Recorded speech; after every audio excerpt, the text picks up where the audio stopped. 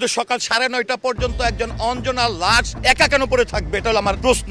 একটা মানুষ 8 দিনে সব ড্যামেজ হয়ে যাবে অর্গান, আমার না বিশ্বাস করতে পারতেছি না। হাসপাতালের বিছানা থেকে ঘরে ফেরা হয়নি জাতীয় চলচ্চিত্র পুরস্কারপ্রাপ্ত চিত্রনায়িকা অঞ্জনা রহমানের। এক সপ্তাহের বেশি সময় হাসপাতালে চিকিৎসাধীন থাকা অবস্থায় না ফেরার দেশে পাড়ি জমিয়েছেন এই নায়িকা। তবে তার মৃত্যু নিয়ে এবার বেঁধেছে রহস্যের জাল। ওনার যেটা পালিত সন্তান সেও ঘরে চলে গেল। আমি সকালে হাসপাতাল থেকে ফোন দিলাম, তারপরে আমাকে ড্রাইভার যেটি জানিয়েছে যে ওনার ছেলে নাকি বলেছে যেন ওনাকে সকালে না ডাক দেওয়া হয়। সালমা হক নামে অভিনেত্রীর এক আত্মীয় গণমাধ্যমকে জানিয়েছেন, হঠাৎ করে অসুস্থ হয়ে পড়েন অঞ্জনা। কাঁপুনি দিয়ে প্রচন্ড জ্বর আসে তার। এরপরও হাসপাতালে নেওয়া হয়নি তাকে।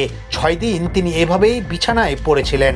অবস্থা বেগতিক দেখে তাকে হাসপাতালে নেওয়া হয়। তার ধারণা অঞ্জনার ডেঙ্গু হয়েছিল, সেই সঙ্গে স্ট্রোকও করেছিলেন তিনি। একটা মানুষ 8 দিনে সব ড্যামেজ হয়ে যাবে অর্গান, আমার না বিশ্বাস করতে পারতেছি না। 8 দিনে একসাথে সব ড্যামেজ কেমন করে হয়? এদিকে অভিনেত্রীর মৃত্যুর পর জানা যায়, শেষ বিদায়ের জন্য তাকে বঙ্গবন্ধু শেখ মুজিব মেডিকেল বিশ্ববিদ্যালয় হাসপাতাল থেকে গোসল সম্পূর্ণ করা হয়। সে সময় তার শরীরের নানা জায়গায় আঘাতের চিহ্ন দেখা যায়। এরপর অঞ্জনার দেহ বাংলাদেশ চলচ্চিত্র উন্নয়ন কর্পোরেশনে নেওয়া হলে সেখানেও এ বিষয়ে চলে দীর্ঘ আলোচনা। কেন আমাদেরকে যেতে দেয়নি, কেন একজন আর্টিস্ট সিসিতে থাকার অবস্থায় বাইরে থেকে তাদেরকে বের করে দেওয়া হয়েছে অপমান করে। বিভিন্ন সূত্রে জানা যায়, মৃত্যুর আগে বেশ কিছু ইঙ্গিত দিয়েছিলেন অঞ্জনা, যেটা বুঝতে পারেননি কেউই।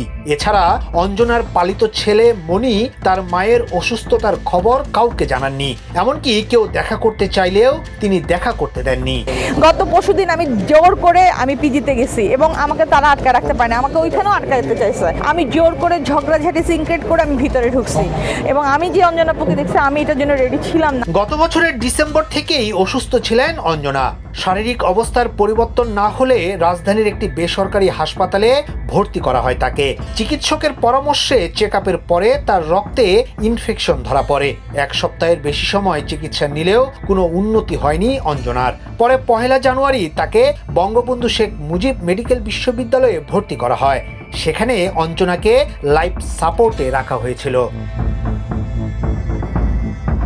নায়িকা অঞ্জনা বাংলাদেশের চলচ্চিত্রের পাশাপাশি আন্তর্জাতিক অঙ্গনেও বেশ সুপরিচিত মুখ ছিলেন। নৃত্যশিল্পী থেকে নায়িকা হয়ে সর্বাধিক যৌথ প্রযোজনা এবং বিদেশি সিনেমায় অভিনয় করা একমাত্র দেশীয় চিত্রনায়িকাও তিনি অভিনয় করেছেন প্রায় 3 শতাধিক সিনেমায়। পরিণীতা ও গাংচিল সিনেমায় অভিনয় করার জন্য 2 বার পান জাতীয় চলচ্চিত্র পুরস্কার।